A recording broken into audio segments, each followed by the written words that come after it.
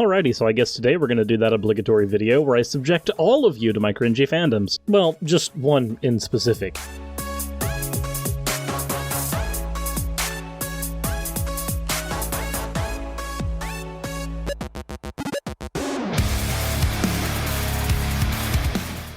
Alright, so first of all, if you are here to listen to me talk about atheism, politics, anything like that today, that's not happening today. I am taking a break from that for a single video because this is something that I have had in my system for a little while. If this is something that you end up enjoying, please let me know. Alright, fan art, then video. First off, we have a fan art from Saley Seawing, another one from Cairo Phoenix, then ending on a pupper or cat Suris by I Am Oddity. As always, thank you all for your fan art, and let's get right into the video itself. Now, there's an infinite amount of ways I could tackle this video. Boo! You stink! And now that you're all collectively cringing and telling me how much you hate me in the comments section, I want to preface this video with the fact that the Sonic series is one of my favorite series in video game history. Now, it's also a series that's seen the most ups and downs of any game series I've seen. It's no use!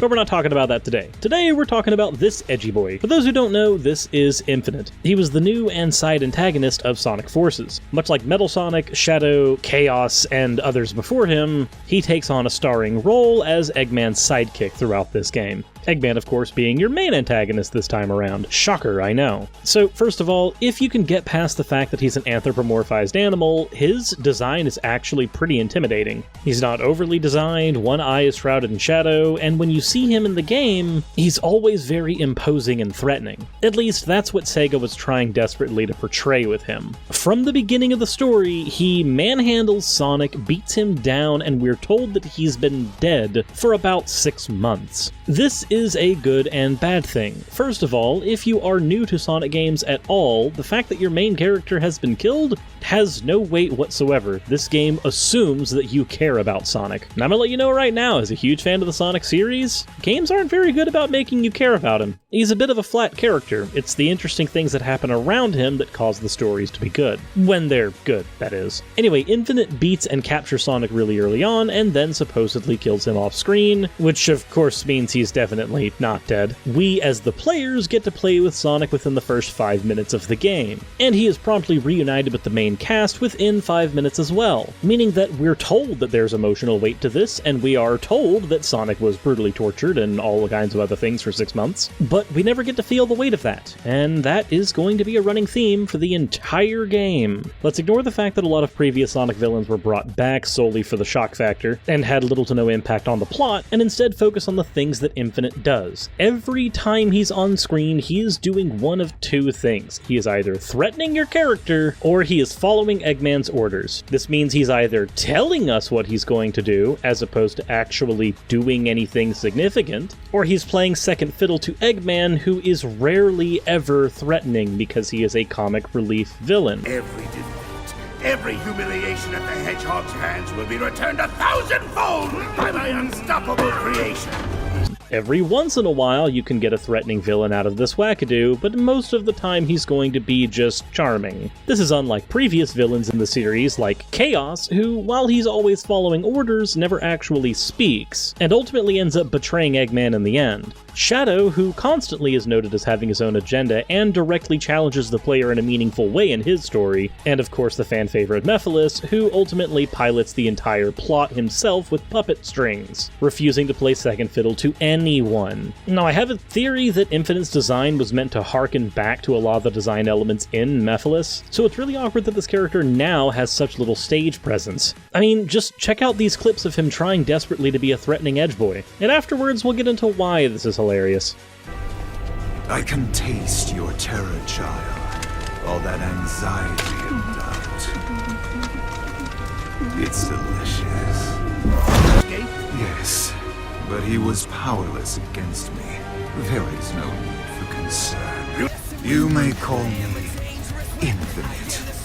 In the brief moments that remain to you, is there no end to these annoying insects? I will burn your resistance to ashes, and you along with it. so he's constantly threatening you, but he's always sparing you, strangely. Unlike Mephiles, who had no compunction about killing your character, and Shadow, who simply stalemated with you throughout the story, therefore he did not have the ability to kill you, Infinite is too busy following Eggman's orders, and Eggman's ineptitude is one of the reasons why he fails constantly in his missions. By proxy, this means we can assume that Infinite will fail in any of his desires. If you're following the book written by a failure, chances are we can read failure into you. Now, Infinite's given very little backstory in Sonic Forces upon the game's release, and that added to his mystery, as opposed to previous new antagonists who slowly had their backstory read to us throughout the narrative. What we find out about Infinite, though, is that apparently he was just a regular animal like the rest of the characters in Sonic's universe, and then he got beat by Shadow one time really badly. He proceeded to have a temper tantrum, and then jumped at power the first time it was offered to him by Eggman through the Phantom Ruby, thus becoming the experiment that ultimately created Infinite. I am not weak. I obtained the power to make all yield to my will.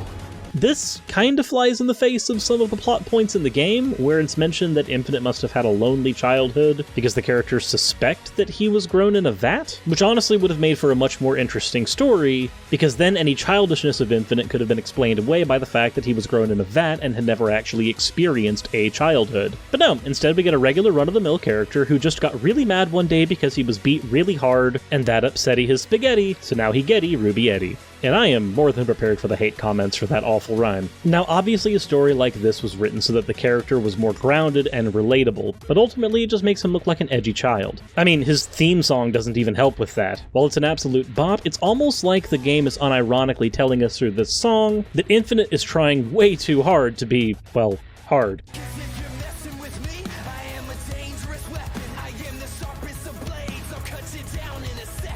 According to the producer of Sonic Forces, Infinite was created with an impressive and strong presence in mind, much like characters like Mephiles. They wanted to bolster this by accompanying him with old bosses in Sonic Forces like Zavok, Chaos, and Shadow. Of course, none of that ultimately matters because all of these bosses, except for 2, are beaten off-screen, and all of them beaten with very little effort. One of the bosses even flies completely in the face of canon. You see this moment right here, where Tails is being completely and utterly terrified by Chaos Zero?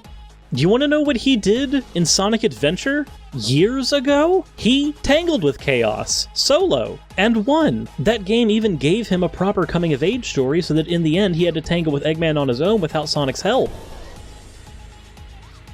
You fool. Away, before I make mincemeat out of you. I'm not scared. I'm not scared. I can do this. This character, right here, has managed this guy before with no problem, and yet now that he's faced with Chaos Zero again, who, mind you, is much weaker than the Chaos that he went up against, and he knows that, now he's a blithering coward and has to wait for Classic Sonic to come out of nowhere and knock him out. Almost like Sega was hoping for Classic Sonic to come out of nowhere and make this game good. Shadow is also beaten off screen by, well, Shadow. The boss fight with Metal Sonic is neat, but not much more than that. Same with the boss fight with Zavok. These characters are all dispatched so easily and quickly, and then at the end of the game, thousands of copies of these characters are spawned to fight you, and they are all also dealt with easily in a cutscene. Here's a writing tip. If you want your character's effect on screen to be bolstered, easily dealt with minions under them does not suddenly bolster their presence. You need to put actual tangible threats in with them. And the only time any of these characters were a tangible threat were when they were ganging up on Sonic, which doesn't demonstrate their power at all. It doesn't help that in the accompanying cutscene, Sonic doesn't fight back very well, so it's hardly like the audience is supposed to believe that he's even giving his all. Though the narrative wants to make us believe he is, and canonically that's supposed to be what's happening here, but I don't see it. Infinite was also supposed to be stronger and faster than Sonic within the game's narrative, but there's never a point past the first time where he summons doppelgangers to fight you that he isn't just easily dealt with. If your villains lose constantly throughout your narrative, it's hard for us as players to feel threatened by them. You let the hedgehog live? That is a great source of concern! For you, perhaps. He has beaten you for decades, yet I defeated him in our first encounter. The one time Infinite manages to be even mildly threatening is this scene here where your avatar character is trapped with him. You ran from me before. Kill. This is the one moment that I felt isolated by Infinite, but it was only for the beginning of the fight. As the fight progressed, I stopped feeling overwhelmed, and the threatening nature that I'm supposed to be experiencing from him started to fall off. Speaking of story elements, you find out through the Sonic the Hedgehog IDW comics that apparently before being converted to the, I guess, cybernetic edgelord that we know now, he was considered the ultimate mercenary, which would imply even a little bit of professionalism, so his angry breakdown at being beaten by Shadow makes absolutely no sense. Again, writing tip, if your character is supposed to be the ultimate at something, there is an implication that they have lost several times in shaping themselves up to be who they are today. This means this character would have experienced loss several times over before they ultimately become who they are, so if who they are now loses, them immediately throwing a temper tantrum makes it seem to the player like this has never happened before. There are some instances where this works out, like with Frieza, because we're given through the narrative of Dragon Ball that he's a mutant, and therefore he's just this powerful because his race is this powerful. Also, a character like Frieza, unlike Infinite, is shown to be victorious multiple times throughout the story, making them a very imposing threat. When he starts to break down, this is catharsis for the viewer. We're seeing his comeuppance. We have no such attachment to Infinite. This character needed to use this game to establish to us why we should care about him. But instead we get a character who every time he's on screen tells us that he's threatening, tells us he's going to hurt us, fails at doing so repeatedly, and then we find out in his backstory that he's always been a little bitch. Now, to make matters worse, do you know what happens when you beat Infinite the final time in Sonic Forces? You don't kill him. He doesn't turn over a new leaf. He doesn't even run off screaming like Dr. Claw going, "I'll get you, Gadget." No. This character, who's supposed to be incredibly threatening, meant to be an imposing force directly designed to have that feeling, just hex off. All the while doing the same type of temper tantrum that he did when he lost to Shadow, crying about how he can still fight and then just hex off. Now, one way that a player could view this is that Eggman sent the Phantom Ruby somewhere else and that's attached to Infinite, so he had to go there as well, or that it malfunctioned, or any number of things, but the end result is that the writers had full control over this. They could have made Infinite send-off end in any number of ways. Here, let's showcase the send-offs of other Sonic antagonists to see what type of emotional impact they might have. After destroying the city and then being calmed down by Sonic, Chaos is sent back to live with Tikal, letting us as a player realize that during the course of all this, he was not responsible for his own actions. He was being controlled directly by Eggman. Shadow turns over a new leaf as his memories come back, realizes that he's been controlled by Eggman for purposes that were not his own, and as far as we know, dies desperately trying to save the Earth alongside you. Mephiles, his plan succeeds entirely, the Solaris project goes live, Sonic is dead, and the apocalypse happens in such a way that even when you beat him, you have to reverse time because the damage that he's done cannot be undone. Creating a new timeline that doesn't involve Mephiles at all is the only way to move forward for the heroes. Every single one of these characters is either someone you can empathize with, has a realistic, not one-note personality, or succeeds where characters like Eggman are always destined to fail, and ultimately end up being much more enjoyable to watch on screen for it. Meanwhile, with Infinite, all we get is edge,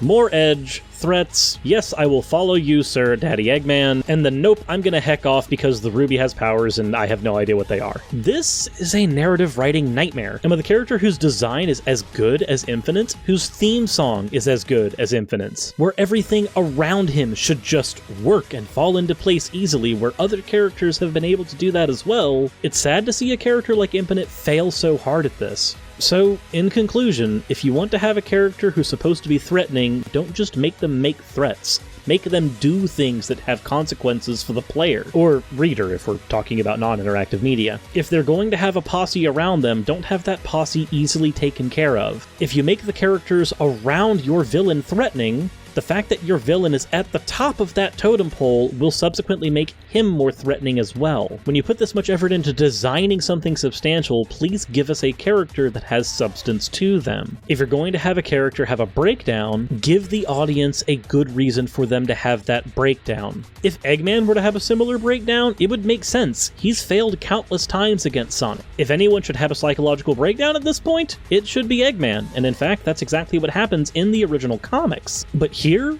we have no reason to expect this of Infinite, because we haven't been giving anything to expect of him. We were given a one-note, one-dimensional, flat and boring villain who does nothing but serve his master, when all of the best villains in the Sonic series have done exactly the opposite of that. Instead, we got a villain that was dealt with easily, never was truly a threat, and there were only small glimpses in the narrative where he even felt like a threat. So, I guess the conclusion is, why did I make this video?